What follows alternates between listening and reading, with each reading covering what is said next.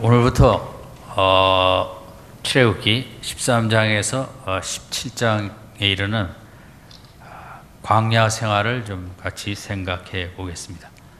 우리 인생을 광야 생활에 빗대어들 얘기합니다.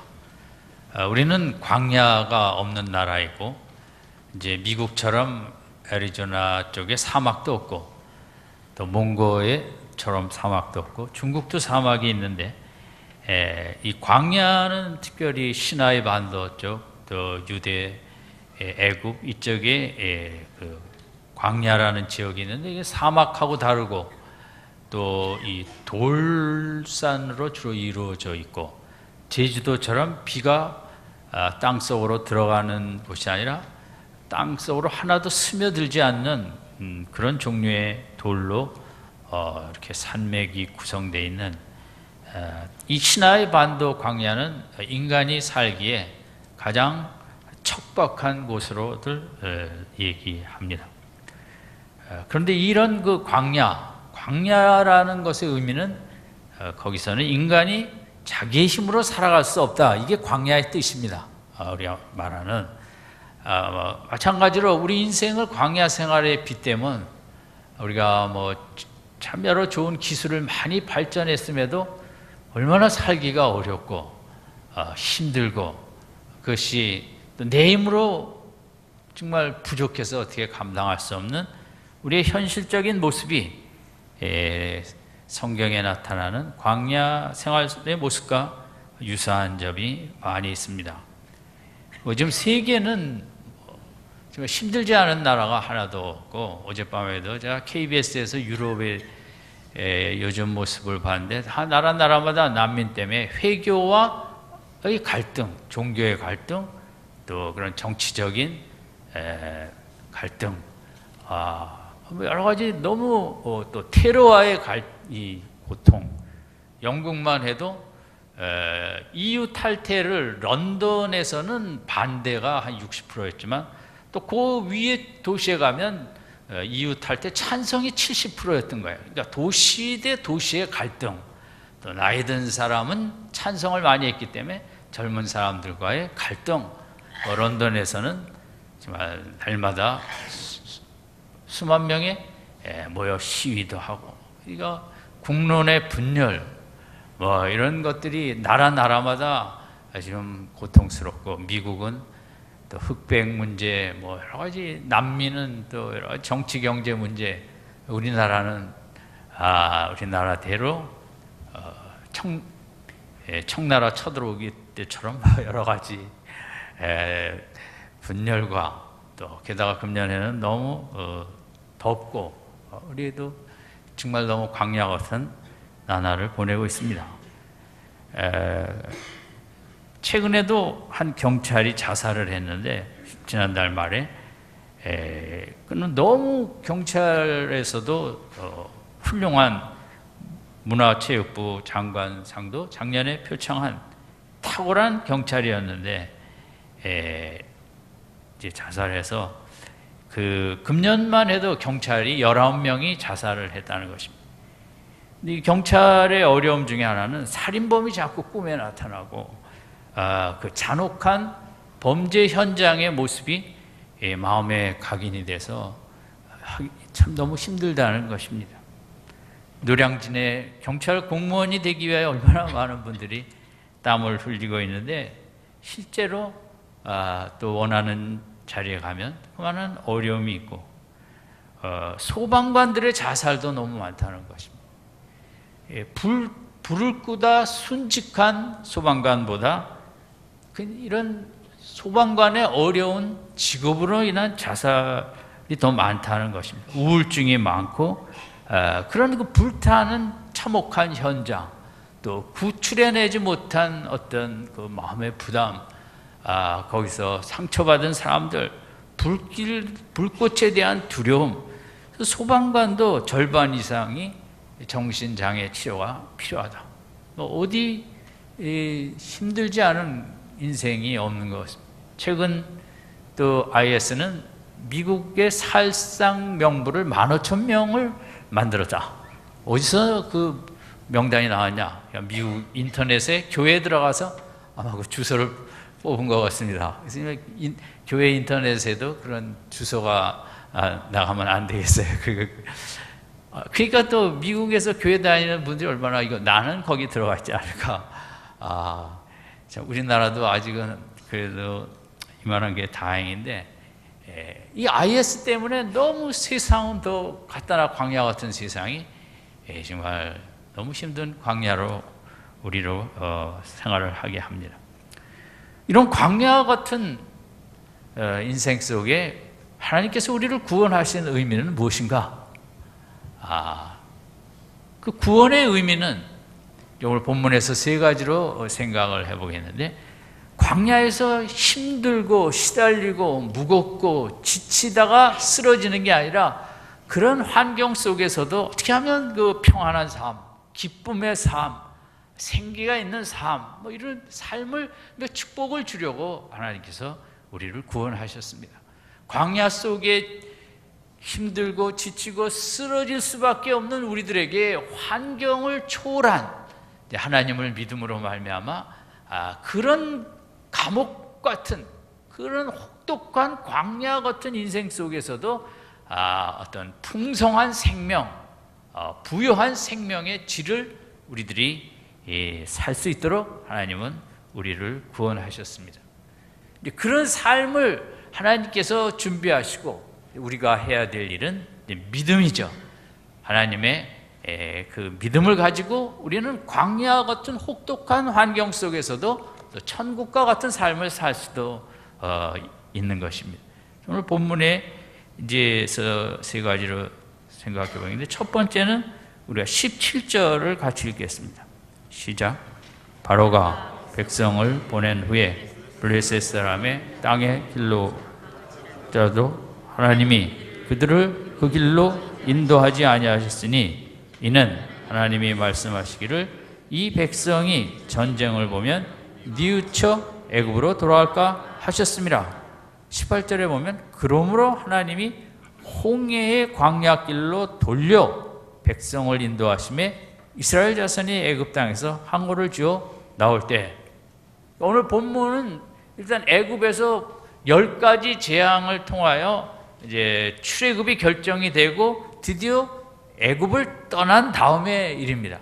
근데 하나님께서는 이스라엘 백성을 당시 이제 가장 사람들이 이 애굽에서 가나안 땅으로 가는 이제 그 지중해 쪽을 끼고 가는 무역 통로 대로가 있는데, 그쪽으로 올라가면 뭐 보름길 천천히 가도 한 달이면 남을 빠르면 일주일에도 올라갈 수 있는 이런 길이 있음에도 불구하고 하나님은 17절에 이유가 있기 때문에 남쪽으로, 북쪽으로 가야 될 방향을 남쪽 홍해의 광야, 동쪽도 되겠지만 그런 반대 방향으로 돌리셨는데, 그 이유가 뭐냐면 우리가 읽은 대로 17절에 글로 인도하지 아니하셨으니, 가까울지라도 인도하지 아니하셨으니 이 백성이 전쟁을 보면 뉘우쳐 애굽으로 돌아갈까 하셨습니다.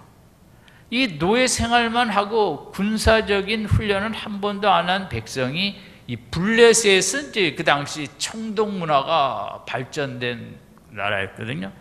그러니까 블레셋과 맞서 갖고 겁에 질려 다시 떠나왔던 애굽으로 도망할 것을 하나님은 아시기 때문에 택한 백성의 마음의 상태, 믿음의 상태, 영혼의 상태, 정서의 상태를 아시기 때문에 저 길로 갔다가는 다 도망가고 하나님의 계획이 이제 잘 나아가지 못하겠죠. 그래서 이스라엘 백성의 그 마음, 또 여러 가지 상태를 너무 잘 아시기 때문에 전쟁이 두려워 도망갈까, 애굽으로 도망갈까, 이 백성을 그 나아가는 항로를 홍해 광야 쪽으로 방향을 틀었다는 것입니다.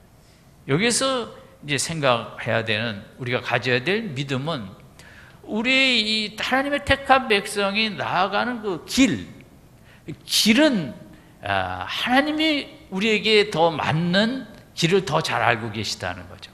우리는 내가 생각할 때 이 길이 제일 좋아 보이고, 일로 가면 빨리 갈 수 있고, 빨리 높은 데 올라갈 수 있고, 빨리 돈 벌 수 있고, 빨리 명예와 권력과 성취를 누릴 수 있는 우리의 근본 그 본능적인 의식은 지름길, 최단거리, 빠른 시간, 이런 것을 우리가 좋아합니다. 우리의 저는 본능이라고 생각을 합니다. 하나님은 그거 좋긴 한데, 그렇게 하면은 17절의 현상이 나타날까? 이제 시간이 더 걸리는 이런 또 여정도 힘든 어려운 이런 길로 이스라엘 백성을 나아가게 했던 것입니다. 그래서 이제 제일 본문에서 핵심은 나보다 나를 더 잘 아시는 분이 하나님이시라는 것입니다. 잘 아는 자만이 길을 우리가 만들어낼 수 있죠. 전문가가 그 분야의 길을 만들어내는 것처럼 우리 인생의 구조를 만드시고 제일 또 우리의 마음의 상태를 아시는 하나님께서 우리에게 최고로 적합한 길이 어느 길인지를 아신다는 거죠. 나하고 틀릴지라도 하나님이 바로 아시는 것이고 하나님이 맞다는 거죠. 우리가 광야 같은 인생길을 걸어갈 때 이 믿음이 없이는 기쁨과 평안이 없습니다. 내가 원하는 길로만 가고 하나님은 내가 원하는 길로 가도록 도와주셔야 되는데 안 도와주시기 때문에 막 도와달라고 우리가 열심히 기도를 하는데 그게 어떻게 보면 바람직하지 않은 신앙이죠. 하나님은 우리를 아시기 때문에 그렇게 빨리 갔다가는 그 교만해서 실족할 걸 아시기 때문에 더디 가게 하시고, 하나님은 우회 도로를 좋아하시고 또 시간 많이 걸리게 하시고, 이러면 지금 내가 참 뭔가를 많이 기다려야 한다. 그럼 우리는 이게 내 잘못이냐, 가족의 아내, 남편 잘못이냐, 나라 잘못이냐, 우리 이제 그런 걸 따지는데, 우리 성경적으로 보면 뭔가 힘들고 시간이 많이 걸리고 너무 어려워 보이는 길에 우리가 서 있다면 하나님께서 그 길로 인도하셨다. 이렇게 믿는 것이 성경적인 합당한 믿음이라고 생각을 합니다. 근데 이게 사실은 어렵거든요. 우리는 이게 건강이 길이지 누가 건강하지 않은 게 길이라고 생각할 수 있겠습니까? 제가 한번 손 들어보라 그러실까요? 지금 내가 건강하지 않다. 그러면 내가 정상적인 길입니까? 비정상적인 길입니까? 다들 이건 비정상이다. 빨리 기도해서 어떤 길로 가야 됩니까? 건강한 길로 가야 되죠. 그러나 하나님께서 볼 때는 그렇지 않을 수가 있다는 거죠. 건강하지 않은 게 축복의 길이고, 건강하지 않기 때문에 겸손해지고 하나님을 24시간 붙들게 되고 숨 쉴 때마다 주여 주여 하게 되고, 하나님이 보실 때 축복의 길과 우리가 볼 때 축복의 길이 그렇게 다르다는 거죠. 내가 뭔가 빨리 성취를 했고 빨리 뭔가를 획득했으면 그 축복이 아니라고 생각하는 게 성경적으로 맞습니다. 내가 지금 너무 곤고한 자리에 있고 힘든 길을 걷고 있다. 그러면 그 하나님이 택하신 길이라고 믿는 것이 맞습니다. 이 믿음이 있어야 되는데 우리는 이제 이게 우리의 이성을 거스르기 때문에 믿기가 힘들죠. 내가 지금 많이 아프다. 이게 하나님의 길이라는 거죠. 아픔 속에서 큰 은혜를 체험할 수 있기 때문에. 근데 우리는 어떻게 기도하냐면 이 아픈 것을 빨리 해결해 달라고, 하나님의 건강을 주시지 않으려는 건 아니지만 이제 그런 아픔 속에서 깊은 영적인 성숙이 되는 그런 과정의 길이기 때문에 하나님이 그것을 먼저 우리에게 주시기도 한 거거든요. 제가 요즘 회개한 것 중에 하나는 참 하나님을 내가 이렇게 기뻐한 적이 많지 않았다. 내가 많이 아픈 게 많은 사람인데 아픈 것을 좀 더 힘써 기뻐하지 않았다. 제가 그 부분을 많이 생각을 했습니다. 왜냐하면 아픈 것 속에 그 하나님이 이게 정하신 길인데 어떤 사람은 참 힘들게 살아야 되잖아요. 하루를 사는 게 너무 고돼요. 이렇게 더울 때 사는 것처럼 근데 그것을 하나님 맨날 이렇게 힘들게 하실까? 빨리 좀 더 건강해야지, 이런 것만 생각했지, 이게 하나님이 나에게 정하신 길이고, 이렇게 약하게 살고 힘들게 살고 남은 아무렇지게 않게 사는 것도 정말 애쓰며 사는 이 길은 하나님이 만드신 길인데, 나한테 주신 길인데, 그걸 이렇게 기뻐해 본 적이 별로 없다. 이를 제가 이제 생각하면서 이 고쳐야겠다. 정말 아픈 길을 기뻐하자. 여러분 좀 육체적으로 힘든 가운데 있습니까? 이 힘든 길을 기뻐할 수 있는 은혜가 있길 바랍니다. 이게 성경적인 이 17절 이 믿음이 있으면 이번 주 더워도 내 몸이 약해도 아파도 그 믿음 때문에 기쁨을 가질 수 있는 거거든요. 내 자녀 때문에, 가족 때문에, 사업 때문에 뭐 이런저런 거로 힘든 가운데 있으면 우리는 길을 잘못 왔다고 생각을 하는데, 오늘 본문으로 보면 하나님의 뜻이 계시고 우리를 잘 아시기 때문에 그렇게 갔다가는 정말 크게 실족한다. 근데 하나님이 예비하셔서 우리를 곤곡해 한, 힘들게 하는, 너무나 무거운 답답한 그 길로 하나님께서 인도하셨다는 거죠. 때로 우리의 실수를 통해, 잘못을 통해서도 그 길에 설 수 있는데, 그것도 하나님이 허락하신 것이죠. 우리가 기쁨의 믿음 생활이 중요합니다. 저는 믿음 생활의 제일 큰 척도는 기쁨이라고 생각합니다. 인간은 본성적으로 좀 우울합니다. 인간은 뭐 그냥 할 일 없이 기뻐하지는 않습니다. 어린애가 아닌 이상은 다 심각하고 다 외롭고 좀 우울합니다.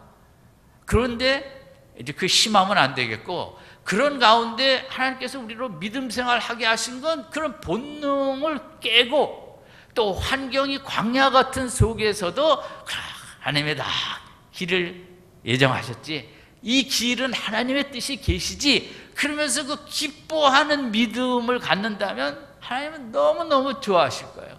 그런 그 광야 속에서도 믿음 때문에 기뻐하는 모습을 갖는다면 하나님은 광야의 시간도 단축시켜 주시고 또 큰 생각하지 못한 축복도 주실 줄로 믿습니다.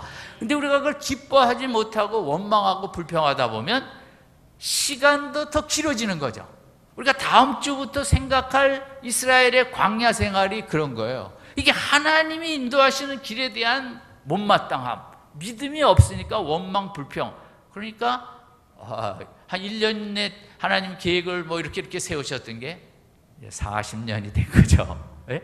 그러니까 정말 오늘 힘들더라도, 오늘 뭐 정말 감사할 게 하나도 이성적으로는 없을지라도 내가 그걸 기뻐하면, 내가 하나님이 정하신 그 시간이 빨리 단축될 수도 있지만 믿음이 없이 원망 불평하다 보면 그 시간이 40배, 100배 길어질 수도 있다는 것입니다. 그것이 이스라엘 광야가 보여주는 거예요. 왜 이 사람들이 40년 돌았습니까? 이 하나님의 길에 대한 믿음이 부족했던 거죠. 조금만 힘들면 뭐 하나님이 이런 길로 인도하시는가 원망 불평하다가 시간이 그렇게 길어졌거든요. 여러분 오늘 육신적으로든 뭐 어떤 모습에 있어서든지 너무 정말 극한 광야 속에 있을지라도 하나님의 뜻이 계셔서 일로 인도하셨다. 이 길 속에서도 하나님 기뻐하고 감사할 수 있는 믿음을 주시옵소서. 아멘. 그럴 때 이제 하나님이 축복을 해주시는 거예요. 이 길을 그저 속히 벗어나게 하옵소서. 그거가 기독교는 아니라는 거죠.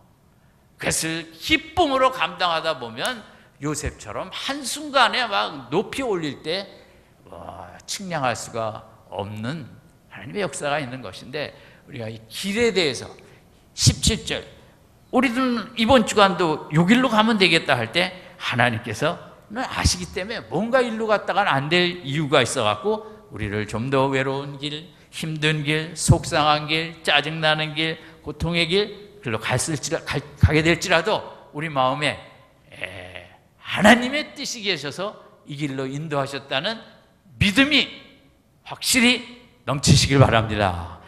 그래서 기쁨을 얻는 거지, 기독교인들이 뭐 아무것도 없는 데서 어떻게 기뻐할 수 있겠어요? 오직 믿음으로 기뻐할 수 있는 것입니다. 믿음만이 기쁨을 가져옵니다. 눈에는 아무것도 안 보이고 눈에는 지금 혹독한 광야가 있을지라도 내가 믿음이 있으면 거기 기쁨이 샘솟는 것입니다. 우리 따라합시다. 믿음만이 기쁨의 길이다. 무더위 속에서 믿음으로 기뻐하는 한 주간이 되시기를 바랍니다. 두 번째 우리 광야에서 가져야 될 믿음은 19절 같이 읽겠습니다. 시작. 모세가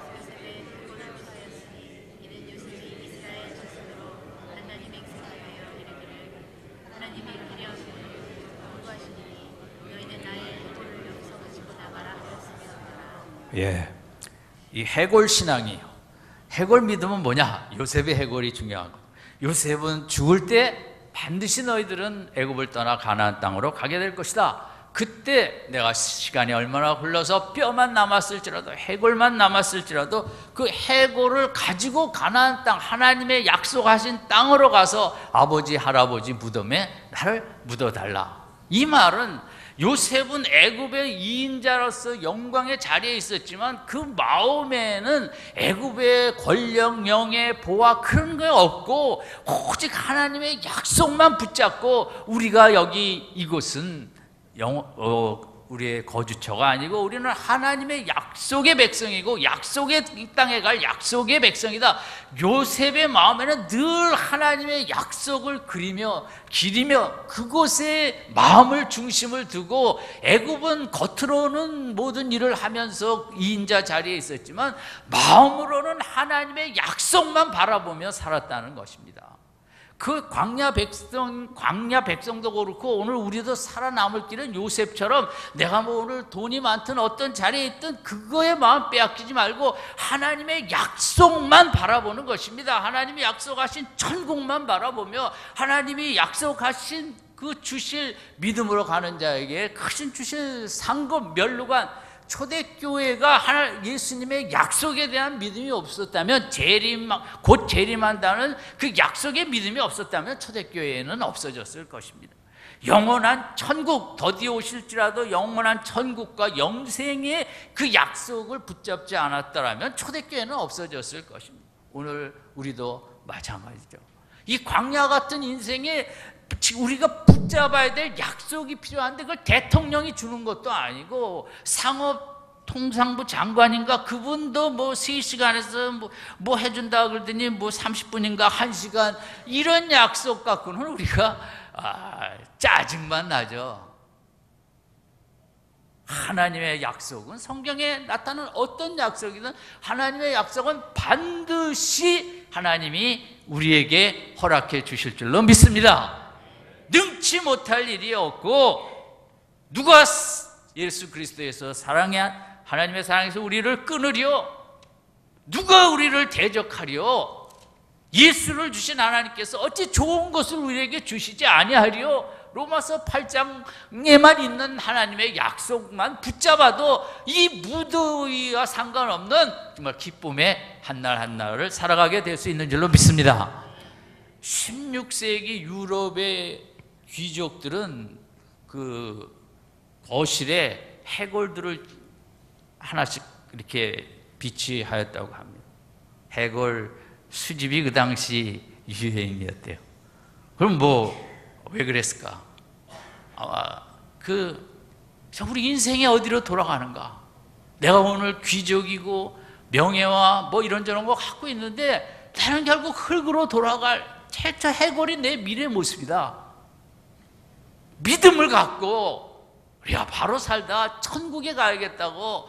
그리고 귀족들 집에 거실에 해골들이 있었대. 얼마나 섬찟하겠습니까만은 그들도 정말 하루하루 인생다운 인생을 살기 위해서 내가 이 세상의 그런 가치관의 문화에 내 마음을 빼앗기지 않고 어떻게 정말 바른 한날 한날 살기 위해서 성경도 읽어야 되고 이것도 신앙생활도 하지만 실제로 해골을 갖다 놓고 내 미래 내가 10년, 20년, 30년 난 저는 해골밖에 안 될 건데 그 하나님의 축복의 약속 속에 나는 땅을 흙에 묻힐지라도 영혼은 하나님 앞에 가리라. 하나님의 약속을 붙잡은 거죠. 저도 해골을 하나 구해다가 좀 집에 놓고 싶은데 구하기가 쉽지 않을 것 같습니다.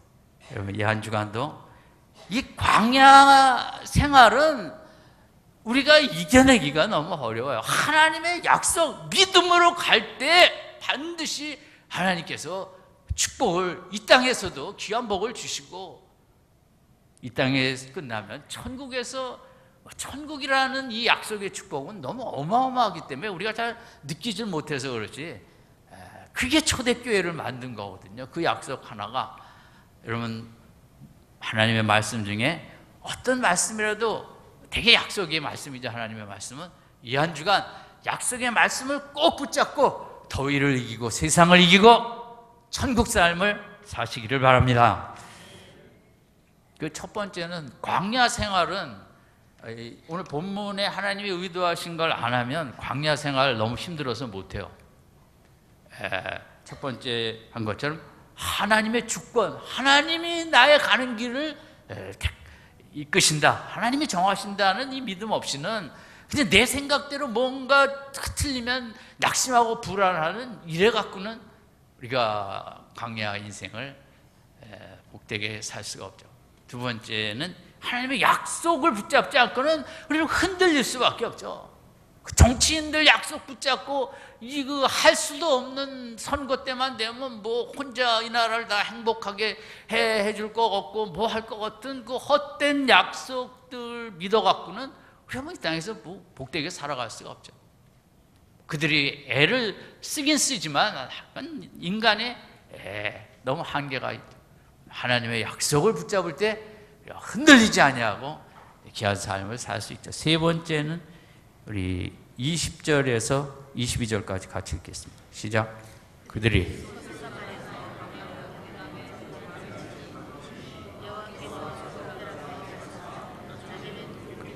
그들의 길을 인도하시고 밤에는 불기둥으로 그들에게 비추사 주야로 진행하게 하시니 낮에는 구름기둥 밤에는 불기둥 백성 앞에서 떠나지 아니하니.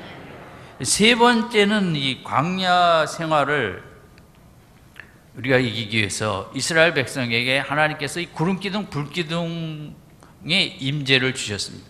낮에는 뭐 혹한 더위를 구름기둥으로 막아주죠. 밤에는 그쪽에는 일교차가 뭐 상당히, 저도 성지순례 가보니까 시내산 밑에서 자는데 전기 장판에 겨울옷 다 입어도 으슬으슬 떨릴 정도로 일기차가 심한 쪽입니다. 그러니까 밤에는 불기둥으로.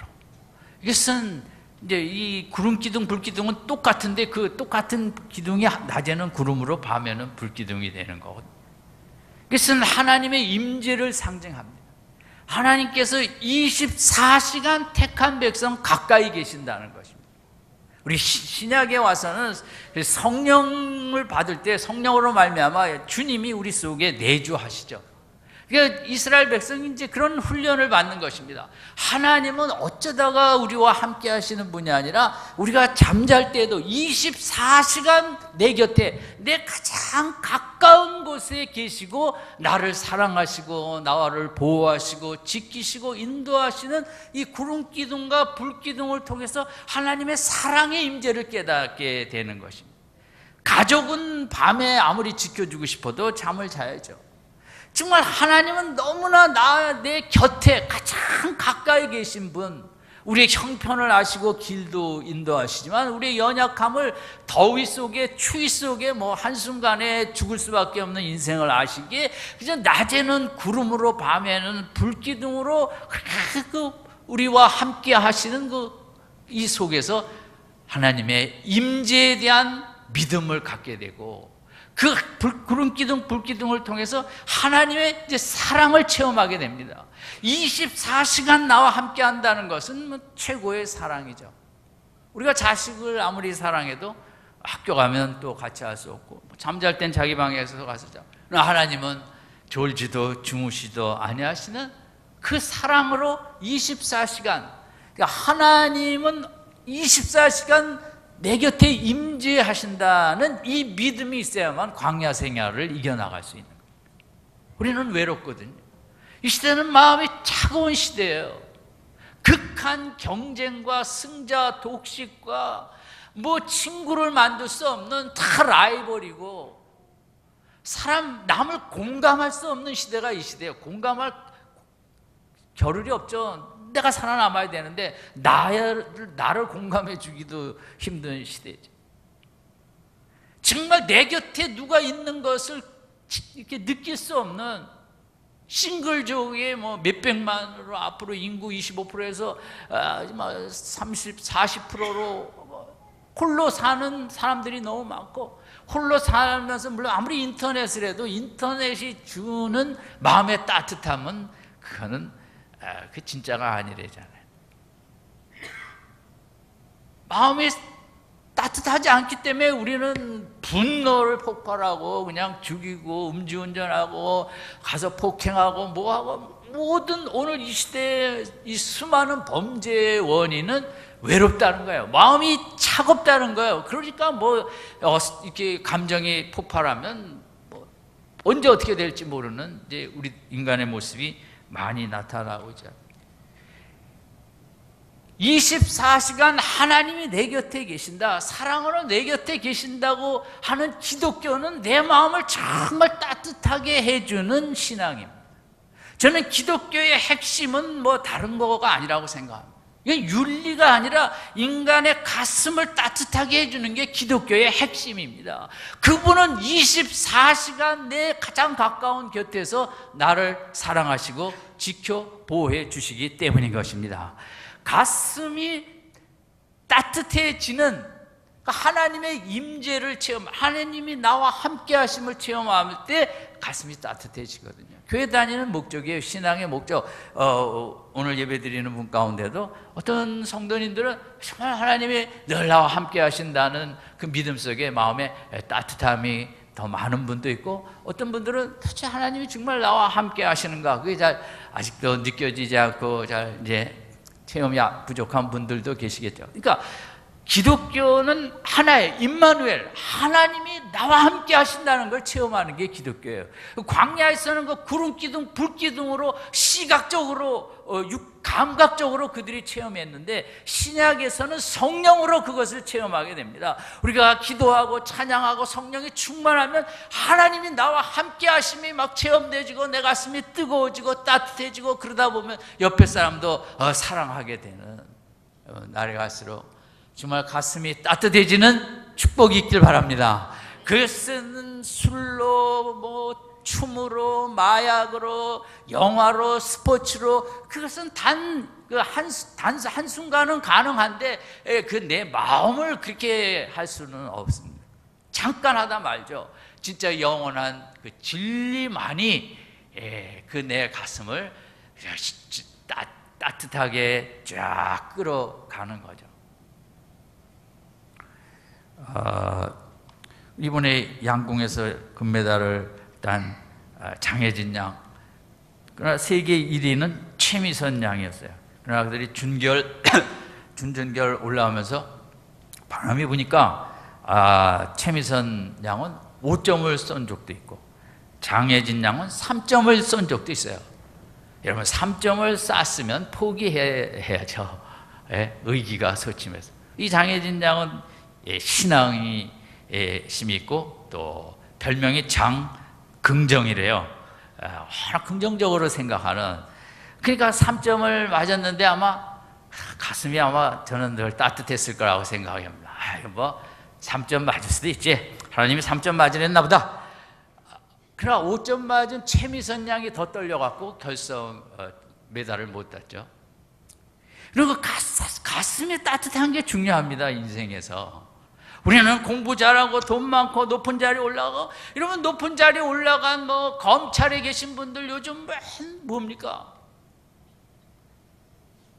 가슴이 따뜻해지는 사람이 그런 바람 속에, 위기 속에 3점을 맞아도 하나님이 이번에 3점 맞으랬나 보다, 다음에 10점 주시겠지 하는 이런 따뜻한 마음, 이런 마음이 이렇게 창의력도 있고 상상력도 있고 생기도 있고. 지금 우리나라가 살 길은 창의력 아니에요. 근데 이 학교에서는 아직도 산업사회 근대식 군대, 식의 그 교육을 하고 있다는 거죠. 그래갖고는 빌 게이츠나 스티브 잡스는 안 나오는 거죠. 스티브 잡스 나오라고 무슨 학교 만든다고 나오는 게 아니거든요. 늘 가슴이 따뜻하고 나를 좋게 여기고 내가 인생이 참 나를 좋아하고 나를 기뻐하고 내 가슴이 따뜻한 이런 사람들이 뭔가를 만들어내는 거지, 공부 좋은 학교 나왔다고 지금 창의력이 나타나는 건 아니거든요. 지난달에 그 외고 우등생이 자살을 했어요. 공부를 마지막에 자살하기 직전에 최고의 성적을 냈대요. 근데 왜 남들이 다 모든 엄마들이 부러워하는 이 학생이 자살했는가? 그 유서에 4글자만 적혀 있었대요. 이제 됐어. 이제 엄마한테 하는 말이죠. 엄마가 너무 요구하니까 이것도 하지 말고 저것도 하지 말고 공부하고 또 공부하고 어딜 놀러 가냐 뭘 가냐. 그래서 엄마가 하려는 대로 다 해서 최고봉에 올랐어요. 내가 없는 거죠. 가슴은 찬채 내 좋아하는 거 한번 못하고, 우리 아이들이 하나님이 주신 좋은 재능이 있는데 그까지 영어 수학 국어 그 점수 외우는 거, 그것은 산업사회나 통하지 지금 지식 정보화 시대에는 그런 암기로 되는 게 아닌데, 지금 한국은 그 교육을 고집하고 있기 때문에 애들만 정말 너무 고생하는 거거든요. 이 학생이 엄마의 요구대로 다 이뤄놓고 엄마 이제 됐어 이제 만족해 그러고 떨어진 거예요. 가슴을 따뜻하게 하는, 우리 자녀들의 가슴을 먼저 살피는, 3, 4살만 돼도 유치원에 갔다 오면 오늘 재밌었어, 뭐 즐거웠어. 그러면 초등학교만 들어가면 그런 말을 엄마가 안 해요. 오늘 뭐 배웠어? 혼 안 났어? 뭐 했어? 고등학생한테 학교 갔다 오면 오늘 행복했어? 그런 말을 할 수가 없죠. 오늘 놀진 않았어? 뭐 이런 거죠. 우리 대화가 서로의 마음을 챙기고 마음에 너무 차진 않았는지 이런 대화로 바꿔갈 때, 거기서 이제 이 재능은요 30에 꽃 피울지 지금 100세 시대에 뭐 40에 가서 꽃 피울지 모르는 거예요. 그 지금 암기 몇 개 잘해갖고 뭐 어떤 학교 간 것은 오히려 마이너스가 되는 시대예요. 정보화 시대에는. 그럼 아무짝에 쓸데도 없는 거죠. 학벌도. 정말 뭐 하려면 스티브 잡스나 빌 게이츠처럼 다 대학교를 나와야죠. 자퇴해야 되는 시대에 지금은 대학교를 안 가야 되는 시대라고도 할 수 있거든요. 그런데 그냥 그런 식으로 몰아서 마음을 차게 하고 한번 그 따뜻한 마음의 따뜻함을 챙기지도 않고, 그러면 우리 성도님들 이번 주에는 자녀들이 몇 살이든 20살이든 30살이든 뭐든 오늘 나갔다 오면 오늘 행복했어 물어봐. 그래서 마음이 중요한 거예요. 사람이 마음만 따뜻하면 뭐 문제가 되는 게 없는 거죠. 제가 이번 주 읽은 글 중에 이제 이런 우리 자녀에게 아름다움을 가르치자. Let's teach our kids beautiful. 아이들에게 정말 그 beautiful이 뭔지. 우리가 다 여름에 이 엄마가 이제 여름에 바닷가 가서 너무 아이들과 재밌게 놀고 와서 쓴 글이에요. 아이들과 너무 그냥 바닷가의 아름다운 뷰티풀을 보고 왔는데 자기가 생각해 보니까 이것만은 다가 아니라는 거죠. 정말 아이들이 일상 속에서 뷰티풀을 체험해야 된다. 미를 추구하는 건 인간의 본능이거든요. 근데 그 외적인 본능뿐만 그 아름다움뿐만 아니라 정말 엄마의 마음에서 나오는 그 아름다움, 엄마와 기도하기 때문에, 말씀 사랑하기 때문에 여러 가지 힘든 상황 속에서도 늘 얼굴이 이렇게 환한 그 뷰티풀을 보여줘야 된다는 거죠. 아빠가 돈을 많이 못 벌고 뭐 힘든 가운데서도 그 아빠의 모습 속에서 정말 그 여유 있고 감사가 있고 찬양이 있고 기쁨이 있는 그 뷰티풀을 보여줘야 되는데, 우리는 돈만 많이 벌면 그게 뷰티풀이라고 생각을 하는 거죠. 5가지가 있지만 지금 생각을 안 해요. 이러면 자녀들이 새 학기를 시작합니다. 여러 가지 우리가 정말 새 학기, 우리들이 믿음은 뭐냐면, 믿음의 하나는 하나님이 모든 걸 행하신다. 그 제일 중요한 믿음이고, 두 번째, 그러나 또 전적으로 하나님에 달렸다. 1번, 2번, 전적으로 나에게 달렸다. 이게 믿음의 2가지 모습이 다 있어야 돼요. 하나님이 다 하시지만 내가 그런 또 기도하는 만큼 내 기도에 달렸다라고 생각하는 이 믿음이 또 필요한 거거든요. 우리 자녀의 가을 학기에 정말 내가 새벽에 나가서 기도하며 축복을 빌어주겠다. 아이들 앞에 그 새벽에 아빠가 기도하러 나가는 그 뷰티풀을 보여줄 수 있기 바랍니다. 아멘이 안 돼요. 직장에 나가 돈만 버는 게 뷰티풀이 아니고, 정말 아이들이 보는 그 뷰티풀이, 미를 체험하지 않은 사람은 그렇게 미를 추구할 수가 없는 거예요. 교회 나오는 그 모습, 엄마 아빠랑 그것이 얼마나 세상에 제일 뷰티풀한 게 어린 아이들의 모습 속에 뷰티풀로 남는 거죠. 정리합니다. 세 가지 믿음이 있어야 우리가 광야 생활을 행복하게 잘 살아갈 수 있습니다. 첫 번째는 인생의 길에 대한 하나님의 주권. 길은 내 인생의 남은 길도 내가 정한다, 하나님이 정하신다. 하나님이. 그 믿음이 충만하길 바랍니다. 이 한 주간도 내가 아무리 곤고한 사망의 음침한 골짜기를 갈지라도 하나님이 이끄시는 길이다. 아멘. 그 믿음이 있으면 기쁨이 있습니다. 두 번째는 하나님의 약속을 확실히 붙잡는 믿음이 있으면 광야를 이길 수 있고 오히려 기쁨이 있습니다. 초대교회처럼. 세 번째는 하나님의 임재에 대한 24시간 내 곁에 지키시는 그 사랑의 임재에 대한 믿음이 있을 때 이번 한 주간도 너무 행복한 영광의 한 주간이 될 줄로 믿습니다. 시험 봅니다. 첫 번째 뭐에 대한 믿음이 있어야 돼요? 하나님의 주권, 특별히 하나님이 길을 정하시는 주권에 대한 믿음. 두 번째 뭐에 대한 믿음이에요? 약속에 대한, 하나님 약속 반드시 지키신다. 세 번째 뭐에 대한 믿음이에요? 하나님 임재에 대한, 이번 주간도 24시간 내 곁에서 하나님은 떠나지 아니하신다. 아멘.